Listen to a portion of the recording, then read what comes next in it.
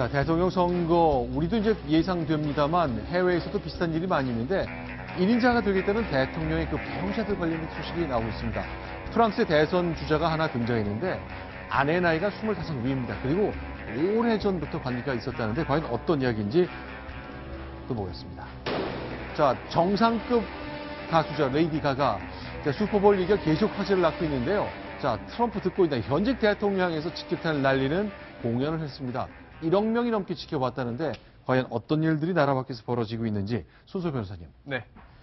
일단 먼저 일본부터 한번 가봐야 될 것 같습니다. 네. 일단 그 아베 총리의 그 아내죠. 네. 네, 아베 아키에 여사인데요. 여기서 미셸 오바마 오른쪽에 있는 이 여성이죠? 네, 그렇습니다.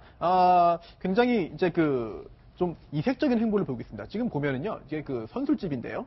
이게 손님이 아니라 직접 차린 것이고요. 그리고 네. 또 라디오를 네. 진행하는데 이제 방송국에서 라디오 진행까지 하고 있습니다. 그래서 네. DJ로 직접 활동을 하고 있는데요. 이제 87년도에 아베 총리와 결혼한 이후에 이제 그 아베 총리의 허락을 받고 선술집을 내기도 하고 또 이제 아베 총리의 지역구에서 인터넷 방송도 진행하는 등 네. 다른 기존의 그런 그 일본 총리의 그런 그 아내와는 상당히 다른 활발하고 적극적인 그런 행보를 보이고 있기 때문에 네. 굉장히 좀 화제를 모으고 또 하나 이제 한류 팬으로도 이제 그 알려져 있습니다. 그래서 네. 겨울 연가를 통해서 처음으로 한류를 접한 이후에 굉장히 열렬하게 이제 우리나라 문화를 좀 좋아한다라고 그 이야기가 처음부터 나왔기 때문에 아베 총리에게 어떤 영향이 미치지 않을까라는 기대도 사실 처음 했습니다만 그런 영향은 그렇게 크지 않은 현재까지는 크지 않은 것 같습니다. 네. 그런데요, 이거 어떻습니까? 총리, 이제 5년째 집권하고 있는 아베 신조의 부인으로서 우리를 지금 이제 영부인이라 불릴 만한 위치에 있습니다만 선술집을 운영한다. 우리 같으면 상상하기 어려울 것 같은데 일본도 우리랑 많은 점이 비슷한데 이것만큼은 분명히 다른 것 같네요. 네. 그러니까 한국적 정서 같았으면 어땠을까요? 네. 이건 뭐 상상입니다만 만약에 총리의 부인이 선술집을 운영했으면 네. 그 총리가 인사권을 가지고 있는 공무원들은 다 그 선술집으로 퇴근하지 않았겠습니까? 네. 그러니까 그건 뭐 한국적 정서를 이제 극단적으로 비유하면 그렇다는 거고요. 일본은 안 그럴까요? 일본도 일본에서는 그럴 가능성은 있는데 네. 어떻게 보면 이제 그런 것이 오히려 이 플러스가 되기보다는 그 플러스가 되지 않는다라는 네. 사회적 인식이 있기 때문에 총리 부인이라 하더라도 이제 경제 활동을 할 수 있다 이런 인식이 생겨 있는 것 같고요. 그리고 그 아베 아키에 여사는 그 일본 굴지의 모리나가 가문의 그 외손녀입니다. 초콜릿 만드는 그 모리나가. 그렇습니다. 식품회사 모리나가. 네. 그래서 이제 실제로 대학 졸업한 후에는 일본 최대 광고회사인 이 덴치에서 일했던 그 커리어 우먼이기도 하기 때문에 네. 그러니까 본인이 뭐 이제 사회 활동을 할 수 있는데 총리 네. 부인이라서 그 활동을 뭐 접어야 되느냐 네. 이렇게 이제 주장했을 수 있는 것 같고요. 이제 그리고 이 술집을 그 낸다고 했을 때 네. 이 남편인 아베 총리의 얘기가 좀 재밌습니다. 이 두 가지 조건을 내걸었다고 하는데요. 네. 술이 좋아서 술집을 내는 것까지는 좋은데 가게에서 절대 술을 마셔서는 안 된다라는 것이 첫 번째 조건이었다고 하고요. 술집 사장님들은 가끔 손님과 함께 마시기도 하잖아요. 네, 그런데 이제 일단 뭐 그 남편 입장에서는 네. 아무리 그 술집을 내는 것까지는 허락을 해줬겠지만 이제 가게에서 술 마시는 것은 허락할 수 없었던 것 같고요. 네. 두 번째는 술집을 개설한 지 1년이 지나서 적자가 나면 바로 문을 닫도록 하자. 네. 이 두 가지 조건을 내세웠는데 네. 1년 이상 술집을 운영하는 거 보면 아직 뭐 적자는 안 나고 있는 것 같습니다. 그렇네요. 지금 이제 아베 신조 총리 그 화환을 목에 건 것 보니까 동남아 지역인가 그 방문한 것 같은데 저 뒤에 보이는 게 말레이 어디 국기인지 모르겠습니다. 어쨌건 이렇게 이제 전용기를 타고 갓 도착한 여사인데 굉장히 자유분방하네요. 자, 그러면 또 하나 좀 봤으면 좋겠습니다. 자, 프랑스 얘기를 가보면 조금 더 신기해지는 것 같습니다. 저희가 이제 영상 준비한 것도 있는데 한번 봤으면 좋겠네요. 자, 이동재 기자. 네. 누구죠, 이 남자는? 프랑스 대선에 출마한 중도 성향의 무소속 후보 에마뉘엘 마크롱 후보입니다. 네. 그 에마뉘엘 마크롱 후보의 경우에 그 부인이 또 화제가 되고 있는데요. 그 네. 마크롱 후보는 올해 39살입니다. 근데 그 아내인 브리지트 트로뉴 네. 씨는 올해 64살. 결국 이 여성은 25살. 64살, 남편은 39살. 예, 그렇습니다. 선생님과 제자로 처음 만났습니까? 예, 우리 정서에서는 쉽지 않은 부분인데요. 네. 그 마크롱이 고등학생이었을 때 트로뉴는 40살, 이미 결혼한 상태였고 15살과 40살. 예, 그렇습니다. 또 심지어 트로뉴의 자녀 중에 한 명이 마크롱과 같은 반 친구였다고 합니다. 잠깐만요. 그러니까 선생님의 아들이 자기 반 학생이었고 그 친구와 사랑에 빠졌다는 얘기네요. 예, 그러니까 친구 어머니와 사랑에 빠진 거군요. 예, 친구 어머니와 사랑에 빠졌습니다. 네. 자, 그래서 결국 부모가 반대해서 파리로 강제로 전학도 한 것이 1994년의 일이군요.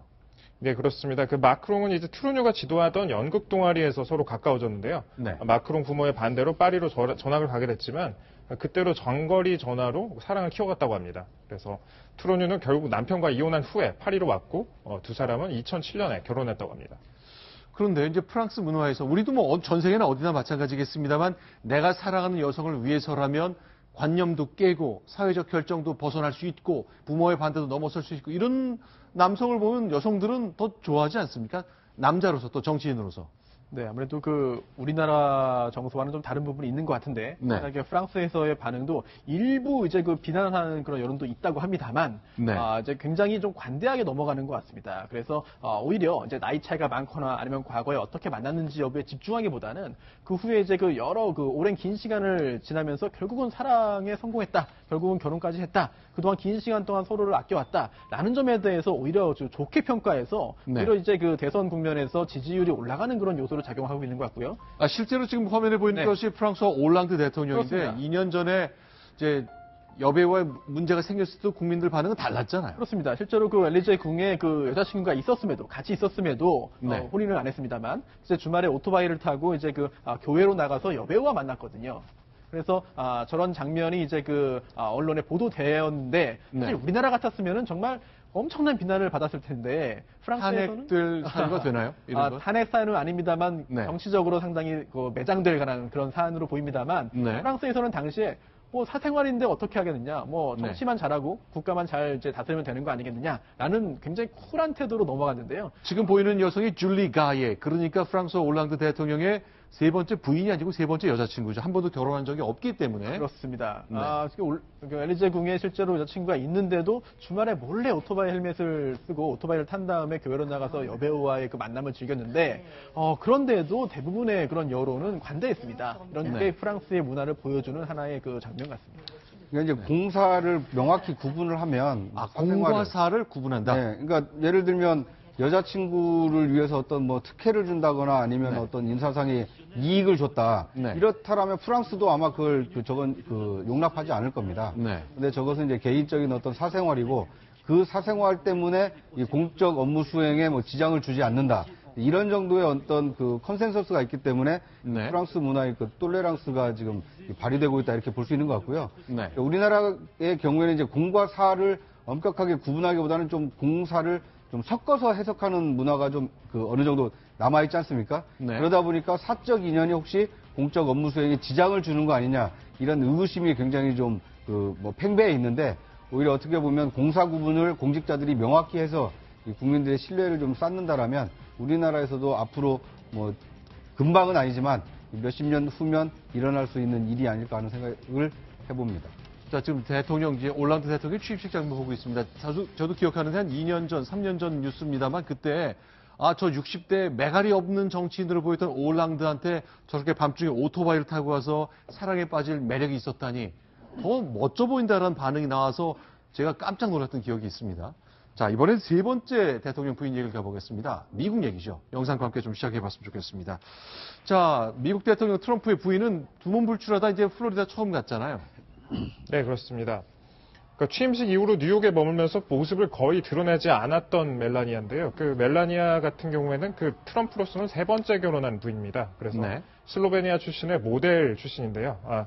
멜라니아의 경우에는 지난 대선 연설 당시에 표전 논란으로 인해서 두문불출해왔습니다. 그래서 지난 3일부터 3박 4일간 플로리다에서 휴가를 가졌을 때 모습을 네. 드러냈지만 워싱턴에서 에어포스 원을 타고 나타난 이제 트럼프와 달리 멜라니아는 그 아들 베런과 플로리다에 먼저 도착해서 트럼프를 맞이했습니다. 이 장면 이제 그러니까 슈퍼볼 결승전 지켜보는 건데 다 이렇게 모여서 TV를 같이 보는군요. 네, 그렇습니다. 그 멜라니아의 경우에는 뉴욕에서 바로 플로리다로 온 것으로 보입니다. 네. 자, 저렇게 플로리다까지 왔습니다. 그런데 이제 대통령의 부인, 미국에서 영부인이 백악관에 살지 않은 것 때문에 여러 가지 말들이 나올 법합니다만 또 그것도 다 존중해 주나 보죠. 네.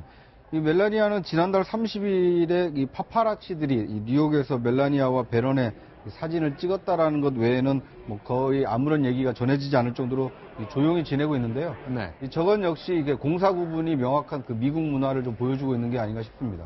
영부인이 어디에서 무엇을 하건 그러니까 미국 그 정부 정책이 결정되고 집행되는데 이 장애를 받지 않으면 된다. 이런 식의 인식이 있기 때문에 저렇게 좀 뭐 따로 또 같이 이런 행보를 보이고 있는 게 아닌가 싶습니다. 자, 이제 트럼프 이제 취임한 지 보름 됐거든요. 많은 뉴스를 낳고 있습니다. 그런데 탄핵해야 된다는 소식까지 들리고 만약에 취임한 지 보름밖에 안 된 미국 대통령 탄핵한다면 찬성할 사람 손들라 그랬더니 여론조사 결과 40%가 나왔습니다. 정말 많은 뉴스가 쏟아질 가능성이 많습니다. 그런데 이제 슈퍼볼 중간에 레이디 가가라는 절대적으로 유명한 가수가 또 트럼프 듣고 있나 이런 말을 했다면서요?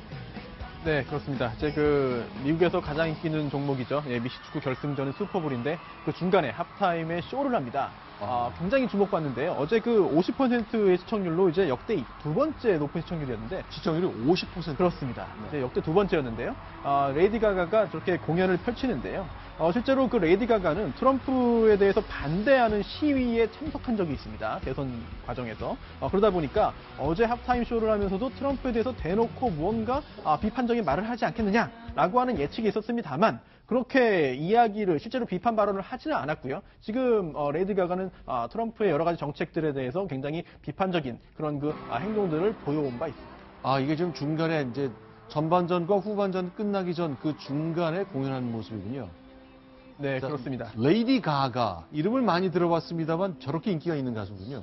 네, 그리고 또 어제 실제로 불렀던 노래를 좀 들어보시면 좀 더 어떤 이야기, 메시지를 주려고 했는지 좀 파악이 좀 가능할 것 같습니다. 자, 이게 노래 가사인가 보군요.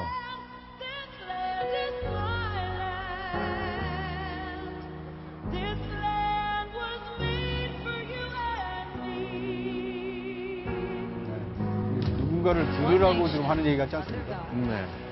미국은 이 자유와 정의가 있는 나라다. 너의 땅이 아니라 그 우리의 땅이다. 뭐 이런 얘기를 좀 노래하고 있는데요. 지금 보시는 이 레이디 가가의 그 중간 그 공연뿐만 아니라 이 광고에서도 이 트럼프의 반이민 정책을 꼬집는 그 광고가 특히 많았다고 합니다. 이 숙박 공유업체 에어비앤비가 내놓은 이 슈퍼볼 광고에 따르면요. 서로 다른 나이와 인종의 남녀가 당신이 누구든 어디에서 왔든 우리는 하나라는 이렇게 메시지를 보여주고 있고요. 또 마지막으로는 우리는 받아들인다라는 이 해시태그로 마무리를 하면서 이 미국 사회를 떠받쳐온 이 포용의 문화를 강조하는 내용으로 이 광고를 꾸몄다고 합니다. 또 실제로 광고로 보여지지는 못했지만 이 건축자재 업체 럼버 84의 경우에는요. 이 트럼프 대통령이 짓겠다고 공언한 멕시코 국경 장벽을 넣은 이 광고를 보여줄 계획이었는데요. 지금 보여지고 있는 장면이 이제 광고의 일부 모습인데요. 원래는 트럼프가 세우겠다는 높은 장벽을 세우려고 했는데 이 폭스뉴스 측에서 이 장벽을 세우는 것은 좀 그렇다라고 해서 철조망 울타리로 이렇게 수정을 해서 이 광고를 했다고 합니다. 대신 이 유튜브에는 실제로 수정 전 광고 영상을 공개를 해서 이런 장벽을 세우는 것이 얼마나 허무하고 덧없는 일인가 이것을 꼬집고 있다고 합니다. 자, 마음의 벽을 쌓는 일, 나와 생각이 다른 사람과 담을 쌓는 일, 글쎄요, 큰 숙제입니다만 참 하기 어려운 일입니다. 어쨌건 미국 대통령이 담을 쌓겠다고 하는데 여러 가지 기업과 가수들, 연예인들이 생각을 좀 바꿔야 되겠다는 얘기를 내놨습니다. 미국 상황까지 좀 정리를 해봤습니다. 자, 이동재 기자는 여기서 인사를 드리고 새로운 편을 다시 모시겠습니다. 오늘 말씀 잘 들었습니다. 감사합니다.